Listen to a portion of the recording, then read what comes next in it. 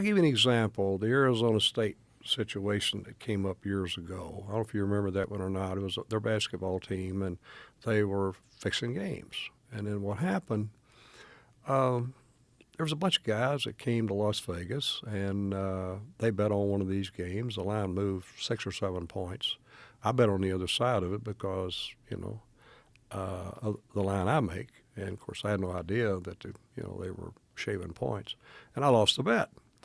Well, they came back to town a little bit later, and they brought 6, 7 guys, and they were going to all the different sports books, and they were betting, and the line moved 6 or 7 points again.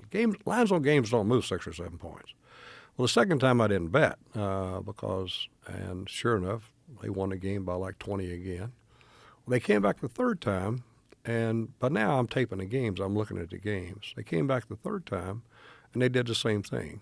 Well, I called Steve Ducharme, who was the head of Game and Control for the Game and Control Board. He was the law enforcement part of Game and Control, and told him what was going on. And they dispatched some agents. They tried to get these people to talk to them. They left Las Vegas, went back to Arizona, and then later on, I think one of them got kind of caught up in a drug deal, and then it came out they were fixing games.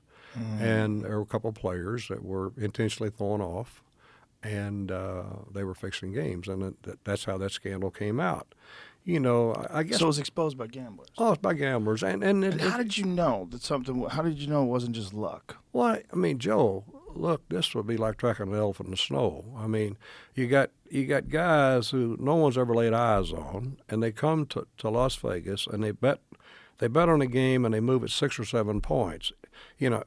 If you're a handicapper or you know anything at all about betting sports, if the line moves,